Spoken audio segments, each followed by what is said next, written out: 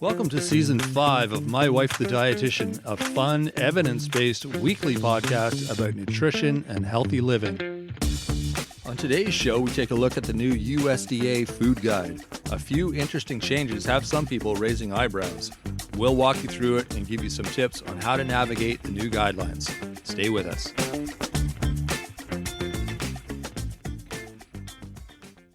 Enjoying the show? You can help others find it and enjoy it too by giving us a 5-star rating or review. If you feel like reaching out to us with a question or comment, you can send us an email at mywifetherd@gmail.com. And don't forget to visit our website at mywifethedietitian.com, as well as our social media pages. We're on Facebook, Instagram, and YouTube. Enjoy the show. Welcome to My Wife the Dietitian. Hello, Sandra. Hi, Rob. How are you? I'm good. How are you? I'm excellent. Good. I want to talk about today the new food guide. The USDA came out with a new food guide. Yes, they past did. Week. Yes, it's been all over the news. Well, all over the social media news, which is kind of the news these days, it seems.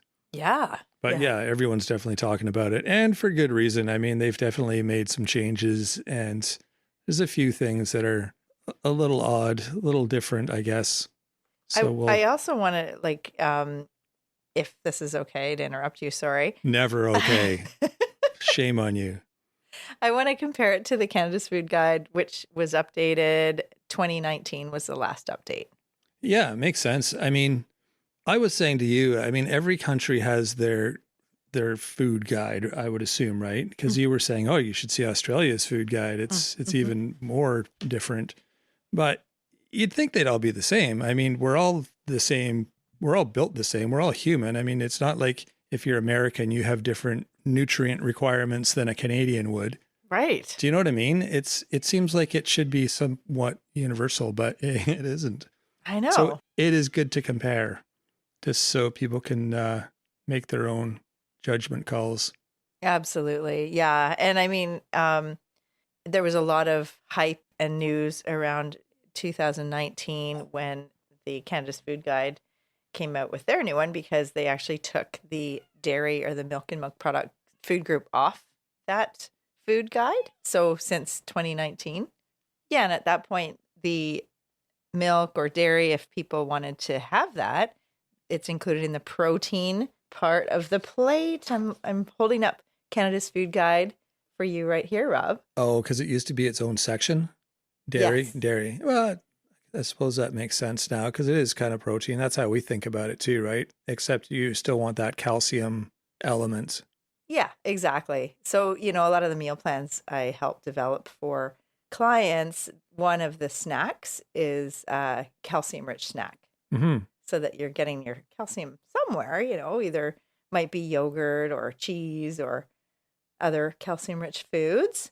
But looking at Canada's Food Guide, what do you see? I see a lot of vegetables. What is it shaped like?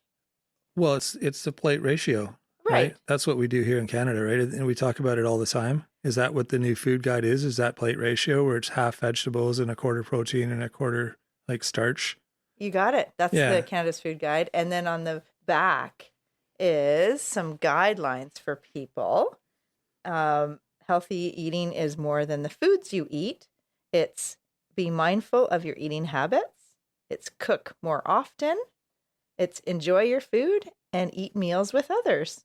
And then the last part on the food guide says use food labels, limit foods high in sodium, sugars, or saturated fat, and be aware of food marketing. Mm-hmm. Yeah. Some of that stuff you're just talking about, the things that you said that were on the back, it sounds a bit like the blue zones. Yes. Like just the aspects of healthy living, like the community and cooking together and being active. I guess, I don't know if it said that on there, but it just, I don't know. A few of those things just reminded me of the blue zones.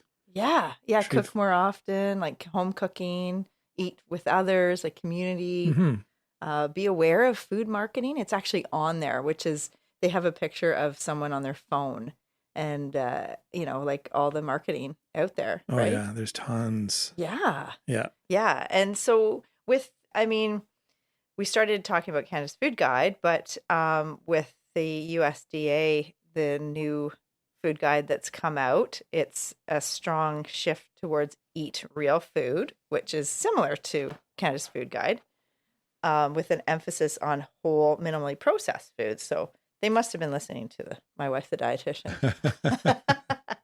Doesn't everybody? Right.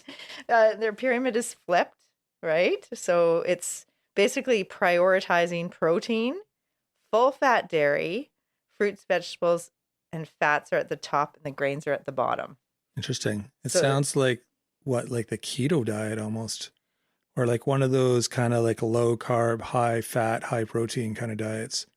Yes. Yeah. And they're warning against rice, oats, and bread. They're also, so it's reduced added sugar is one of the messages. So less of the pop or soda. Yeah, like carbonated, sugary beverages. Yeah. Sugary beverages, candy, and less ultra processed foods and artificial dyes. So we did an episode. We've done episodes on the artificial dyes. Remember that one? Mm-hmm. Yeah. So we'll link it in the show notes. And we also did one on ultra processed foods and how to reduce your intake of ultra processed foods. Mm-hmm, for sure. And I'm looking at this book that I have. It's called Salt, Sugar, Fat, winner of the winner of the Pulitzer Prize. Michael Moss wrote this book, Salt, Sugar, Fat. Okay.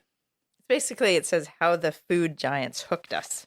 And it's all about the addition of those additives of the fat and the sugar and the salt, Mm-hmm. and how the food corporations, they are trying to get that bliss point for the right food that tastes good. We've talked about this before, how the scientists actually, they, test certain foods. Like they test all the different foods in front of them, and the ones that taste the best get to go on. The ones that don't taste good don't get to go on.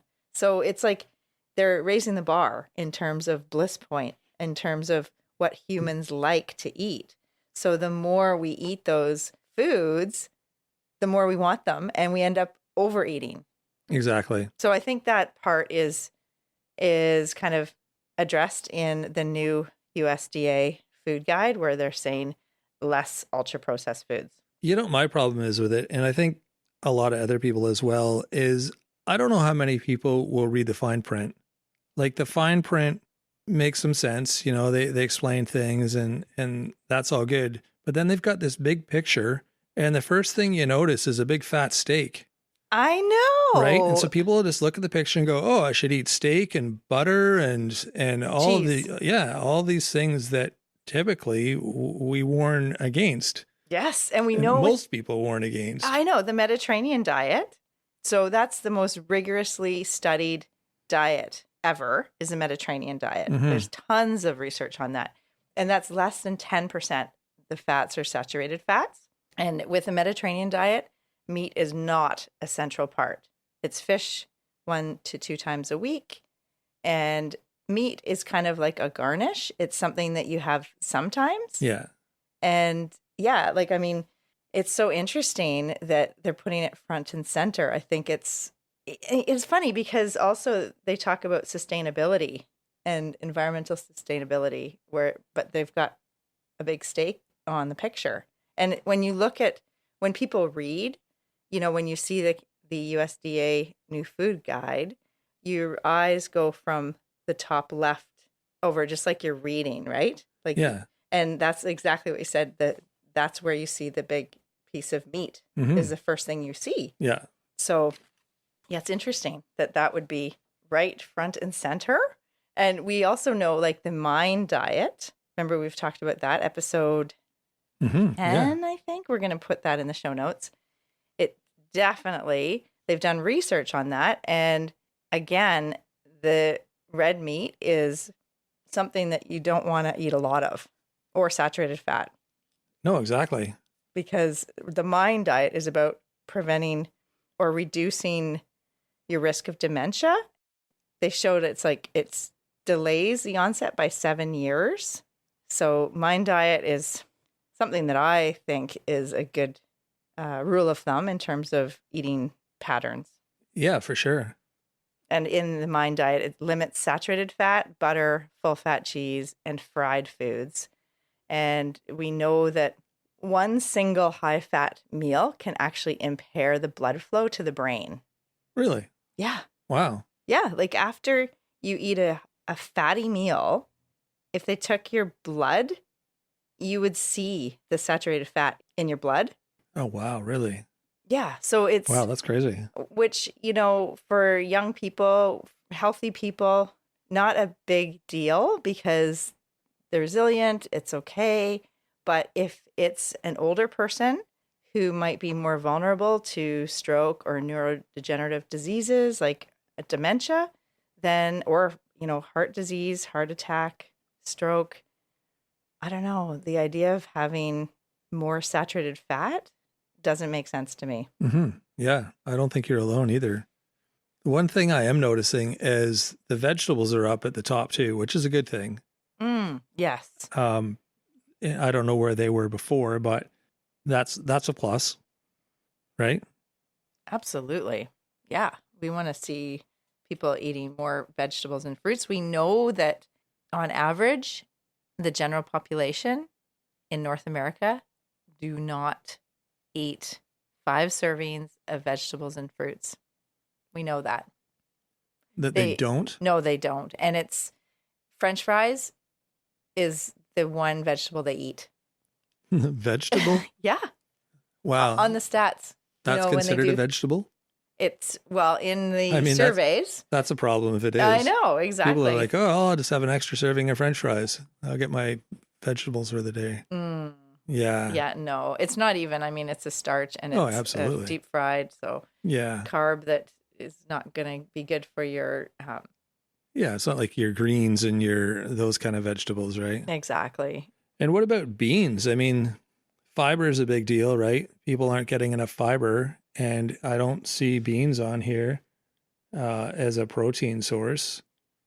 No, exactly. No, we know that 95% of the population is not getting enough fiber. Definitely people aren't eating beans regularly. We know that with the MIND diet, beans are incorporated 4 times a week, right? Yeah, exactly. We've talked about that a lot. And we know in the blue zones where people live in good health to, upwards to 100 years old with good quality of life, beans are a central part of their diet and meat isn't.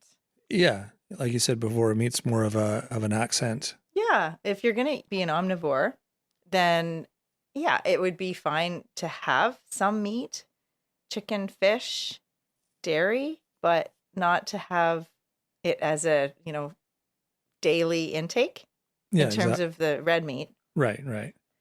So it's interesting. They said they're ending the war on protein.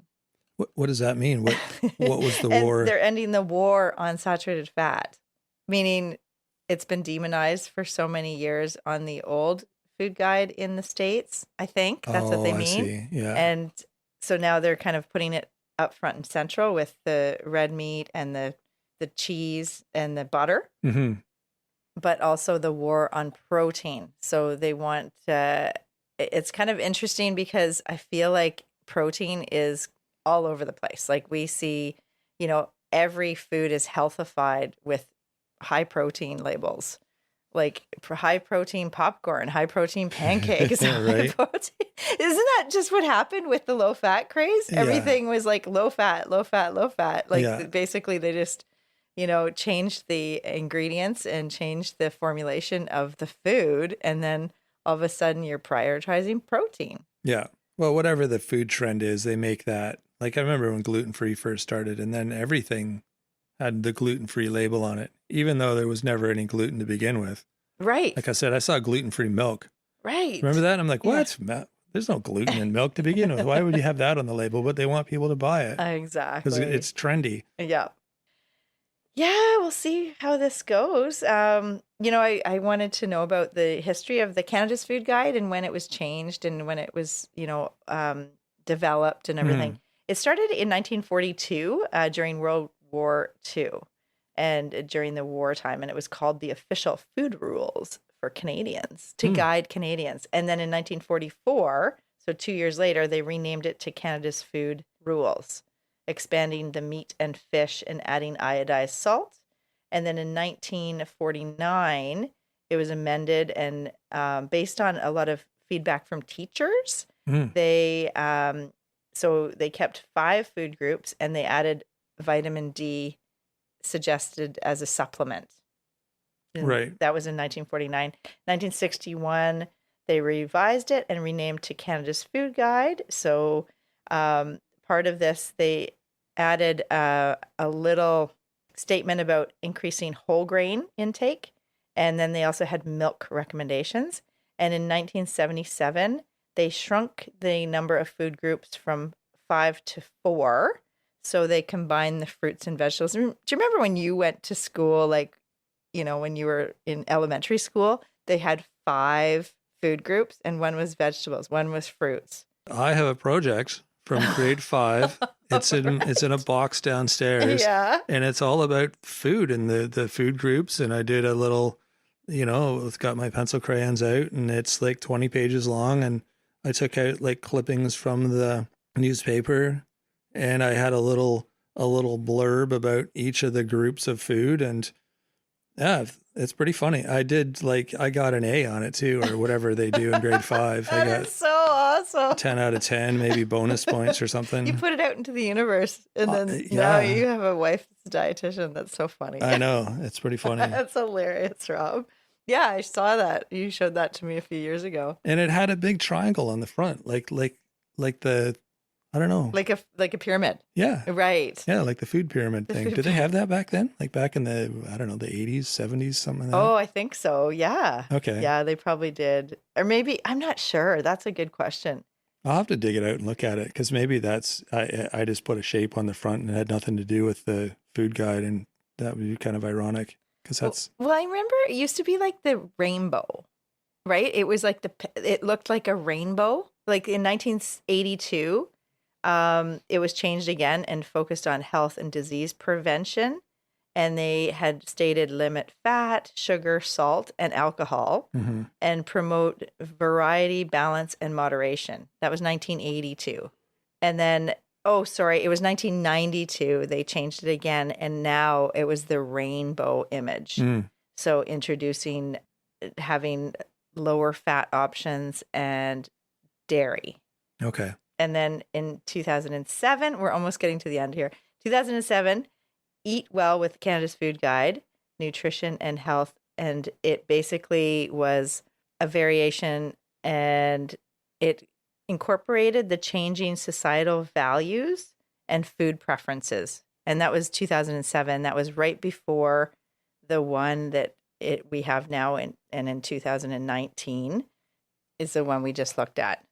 So it addresses the concerns of obesity, chronic disease, and environmental sustainability. And that's why they have the plate ratio, which is half the plate is vegetables and fruits, like the non-starchy veg and fruits. And then quarter is the protein foods, and it can include the yogurt and other dairy, but also beans and nuts and seeds, and also the meat and chicken and fish, and then the whole grains. So choose whole grain foods more often. And it's got, there's some whole wheat pasta, there's brown rice, there's whole wheat bread, there's millet and barley and other whole grains that are in the picture on the food guide.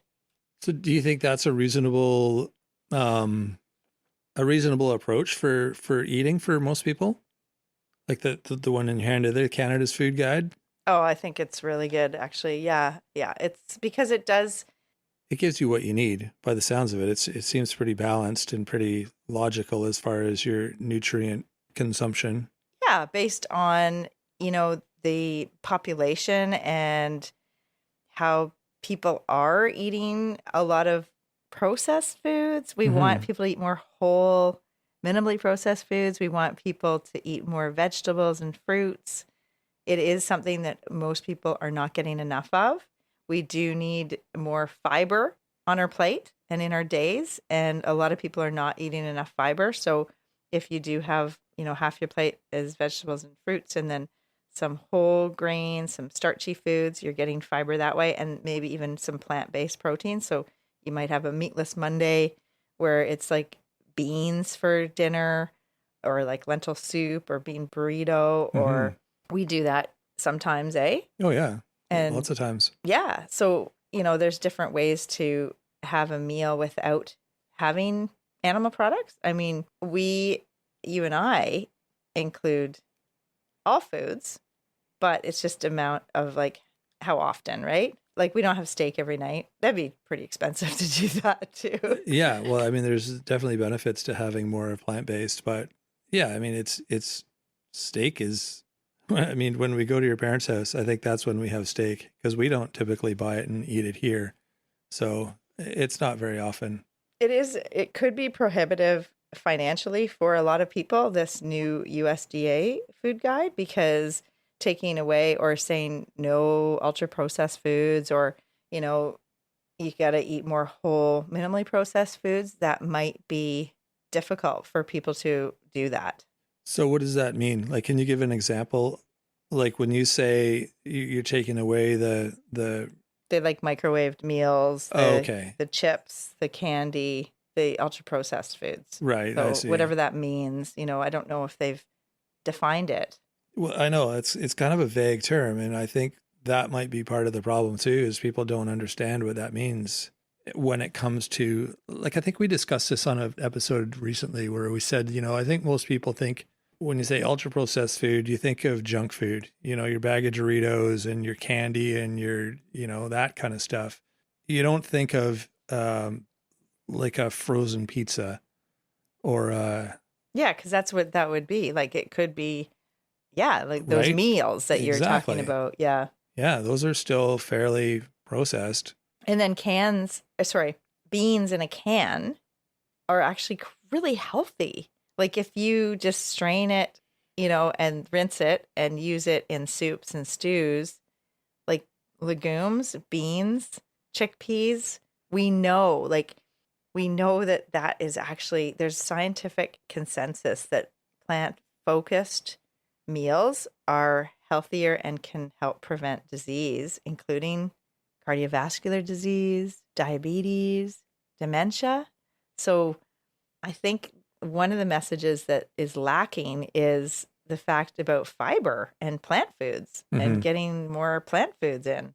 So do you think the message with the the new USDA food guide, like do you think the picture is just confusing people and the message is there but the picture is misleading?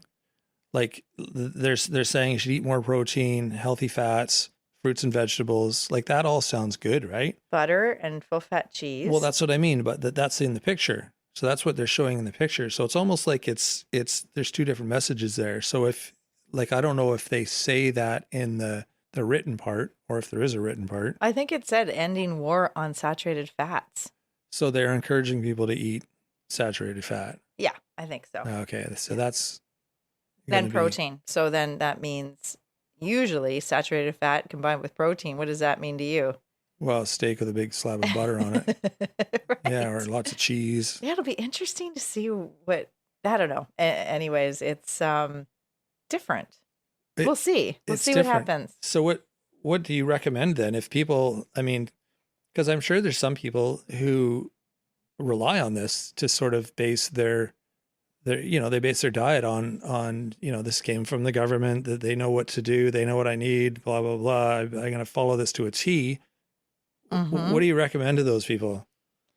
Like, Well, I like what Miriam Nestle, who is a food scientist that has written many amazing books. The Food Politics was one book, and What to Eat. mm-hmm, And she said she appreciates the emphasis on eating whole foods and reducing ultra processed foods, but she does critique prioritizing meat and full fat dairy over plant based diets. And this may not reflect the best dietary patterns. It could lead to health issues, and personal responsibility in making healthful food choices is really important.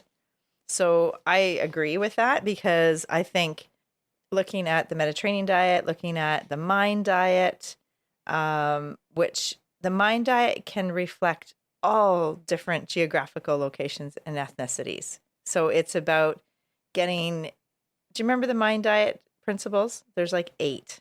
It's very simple, actually. Green leafy vegetables daily, Yep. another vegetable daily, Mm-hmm. beans 4 times a week, Mm-hmm. fish once a week, Mm-hmm. 3 whole grains a day, Okay. chicken. I think chicken was quite often through the week. Mm-hmm. I can't remember the exact amount. And then berries. Did you say fish? Yes. Okay. Fish once a week. And berries. Berries was, 3 or 4 times a week, I think. It was fairly often as well. Mm-hmm. And then a handful of nuts most days. Okay. And I think that's it. Oh, olive oil over butter. Right. And they actually included red wine. But, that's kind of debatable because of the alcohol content.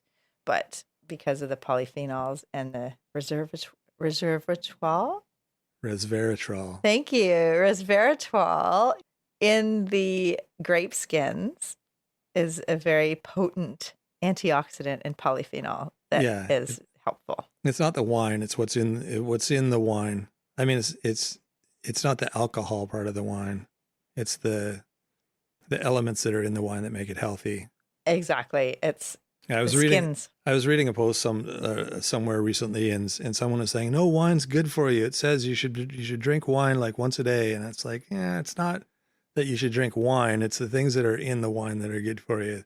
The alcohol's not good for you. No, Even though it's in the wine that is good for you. Exactly. So it's a bit tricky. It totally is. Yeah. So the Mind diet's, I think, a really good thing to follow. And you were asking what I think people should do, but I have that on our fridge, the Mind diet.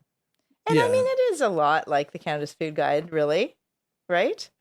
Yeah, I mean, it seems like it makes sense. Like it's fairly logical, given what I know about nutrition and what our daily needs are. That food guide, the plate ratio there, the Canada Food Guide makes sense.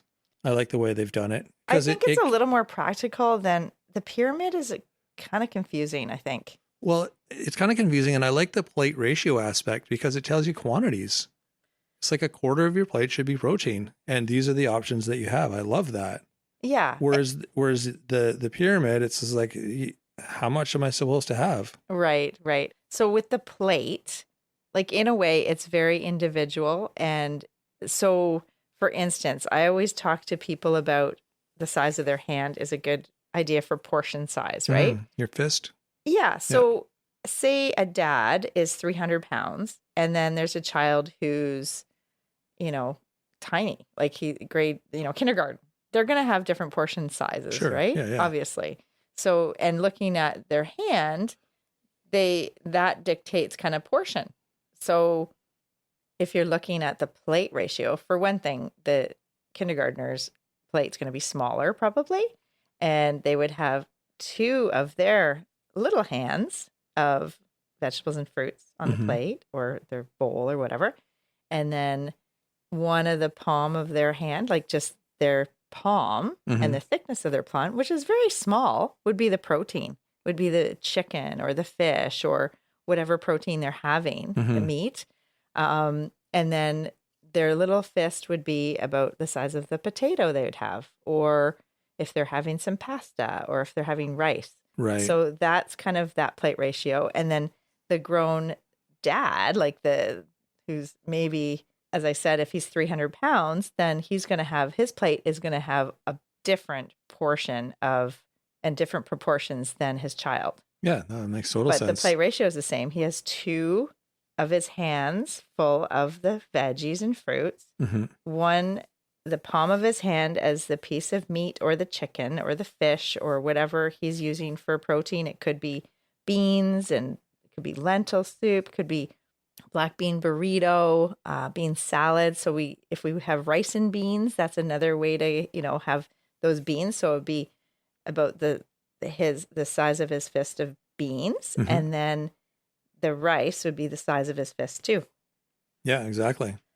Yeah, no, I like that because it gives you the visual. And I think a lot of people struggle with that. And I think, And it's individual. It depends on your yes, size, your age, your, sure. like, and also like activity level. So if I'm talking to athletes, their plate might not have the same ratio. Like they might have more carbs and less of the vegetables and fruits in their plate because they need the go energy. They Mhm. need those carbs to fuel their muscles. Right. So And I think that's part of the problem with information these days is studies are maybe done on athletes and then they take those results and they try to apply them to everyone and everyone thinks, oh, I need to cut back on this or add more of this other thing. But you look at the original study and it wasn't done on just the average person. It was done on like a high level athlete.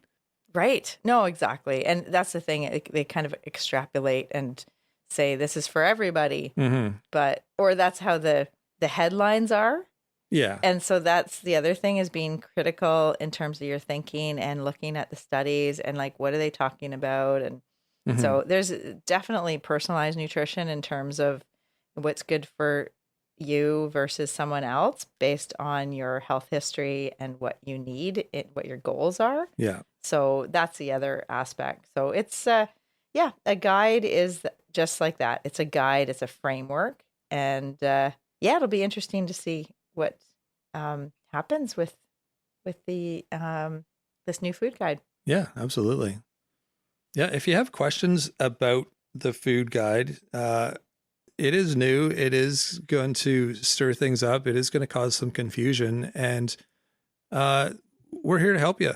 We'd be more than happy to take your question and turn it into an episode, do a little digging for you, and find some more information and help you make sense of it. I have a question. Oh, you have a question? Okay. Can I eat oatmeal for breakfast with the new USDA food guide? Because they warned against oats, They warned against oats. rice, and bread and other carbs.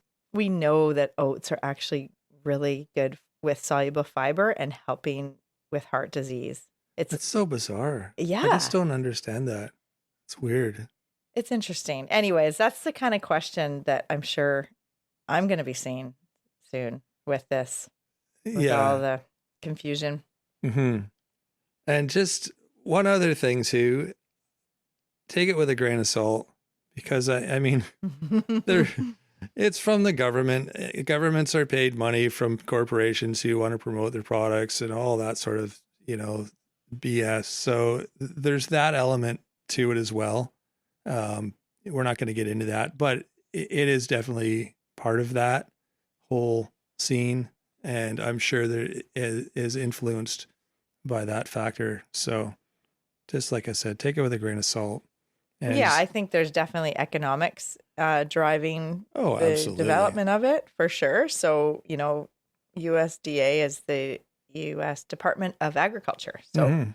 yeah. So it's, but it's interesting that they want to reduce ultra processed foods because that's like all the food giants. Like we talked about this Salt, Sugar, Fat book by Michael Moss.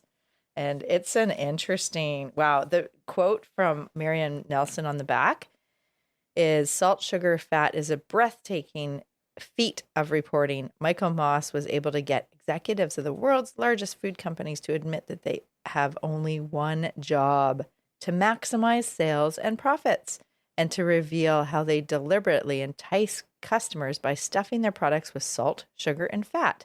This is a truly important book, and anyone reading it will understand why food corporations cannot be trusted to value health over profits, and why we all need to recognize and resist food marketing every time we grocery shop or vote. Yeah, interesting. Sure, that's a really good book. Oh, yeah. Have you read it? I, You've read bits of it, I bet. yeah. Yeah.